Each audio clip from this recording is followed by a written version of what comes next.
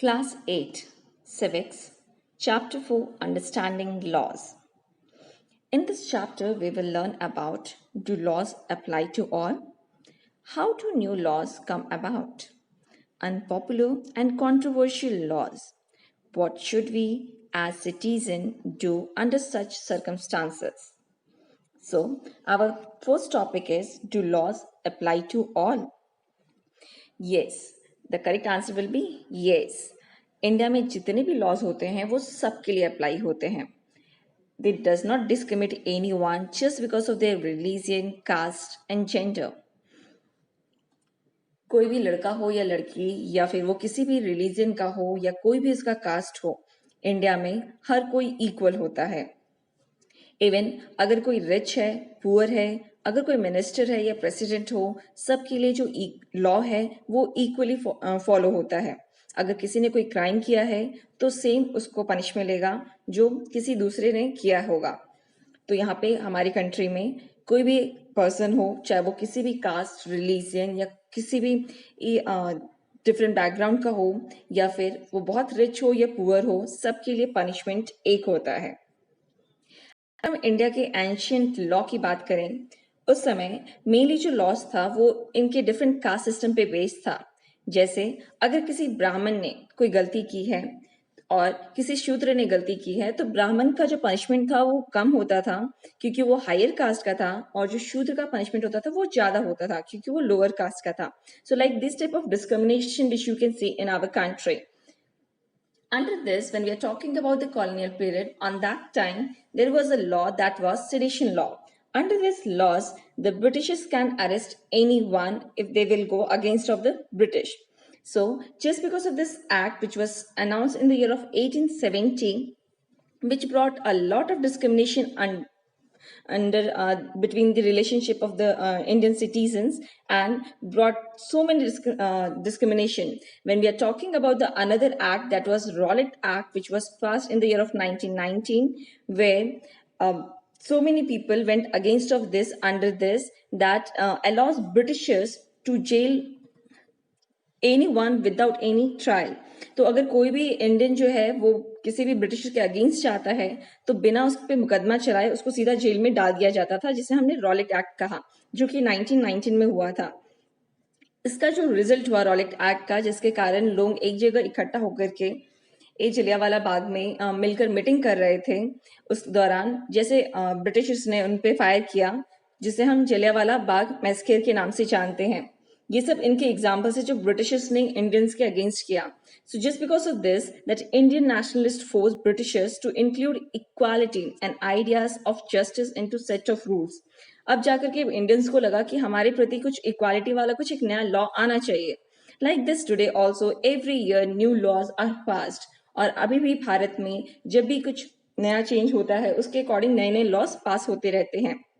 Now question is raised, how do people come to think and propose that a new law is necessary? How do new laws come about? अगर कोई laws नया बनता है तो वो कैसे बनता है, जिस पर हम अभी डिस्कशन करेंगे. So first of all, the point is when people problems are faced by people, they raise the need for a particular law. Though media like TV channels, newspaper, the citizens play a crucial role in coming of a new law. जब भी इंसान किसी problem को face करता है और उसको लगातार फेस करते रहते सभी लोग, तो सभी एक साथ मिल करके जुट होकर के उसके अगेंस्ट आवाज उठाते हैं, जो आप कुछ दिनों में फिर टीवी चैनल्स या न्यूज़पेपर इन सब में आता है. That shows that people are against of that thing. When people feel there is a need of law, they go to an organization. वो एक ऑर्गेनाइजेशन में जाते हैं अगर वो फील करते हैं कि वो जो लॉ है वो उनके अगेंस्ट है. Then several organizations discuss on the complaint and take and prepare a draft of laws. तो अगर हम एग्जाम्पल लें, जैसे पहले फीमेल्स को ऊपर बहुत सारे अत्याचार होते थे, तो फीमेल्स ने क्या किया, उन्होंने एक ग्रुप बनाया, वो ऑर्गेनाइजेशन के पास गई. फिर ऑर्गेनाइजेशन जो थे वो बहुत सारे ऑर्गेनाइजेशन एक साथ आपस में मिल करके उन्होंने उस कंप्लेंट को फाइल किया. फिर उन्होंने एक ड्राफ्ट लिया, ड्राफ्ट ऑफ लॉज उन्होंने प्रिपेयर किया. फिर the draft is then sent to minister. फिर वो जो ड्राफ्ट था वो मिनिस्टर को सेंड किया जाता है. He introduce the law. Then voting of several ministers of Lok Sabha takes place. उसके बाद वो सारे मिनिस्टर्स जो होते हैं वो लोकसभा में डिस्कस करते हैं. तो हमें पता है कि जो पार्लियामेंट है वो लॉज बनाता है जिसमें जितने भी हाउसेज हैं, अपर हाउस, लोअर हाउस, वो सभी मिलकर के डिस्कशन करते हैं और वो जो सजेस्ट लॉ होता है उसे उस समय बिल कहा जाता है. उस बिल पर काफी सारे डिस्कशंस होते हैं और उस डिस्कशन के बाद अगर वो बिल पास हो जाता है लोकसभा से, then its move also its discuss in the Rajya Sabha. उसके बाद वो राज्यसभा में डिस्कशन होता है. फिर उन दोनों डिस्कशंस के बाद वो अप्रूवल होकर के वो बिल जो है वो सेंड किया जाता है कमेटी को.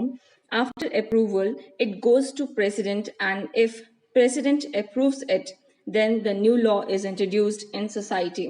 तो दोनों हाउस से इंट्रोड्यूस होने के बाद फिर वो कमिटी के पास जाता है, उसके बाद फिर वो प्रेसिडेंट के पास से अप्रूव होता है और उसके बाद ही वो उस कंट्री का लॉ बनता है. उसके बाद ही वो हमारी कंट्री का लॉ बना.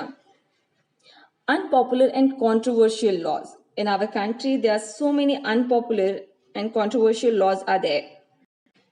Parliament passes new laws every year that may be unpopular. Controversial laws. वैसे लॉज जो बहुत ही ज़्यादा डिस्कशन आते हैं जिसको न्यूज़ में आपको देखने में आता है. Some of these laws may be unacceptable to people because they could feel law as unfair and harmful. ऐसा हो सकता है कि कोई लॉ जो है वो किसी के लिए अच्छा हो तो किसी के लिए उसके अगेंस्ट भी हो सकता है. So they might criticize this law and when a large number of people criticize a law it changes. और जब बहुत सारे लोग मिल करके उस लॉ के अगेंस्ट आवाज उठाते हैं तो हो सकता है फिर वो आगे जाके वो लॉ चेंज हो जाता है.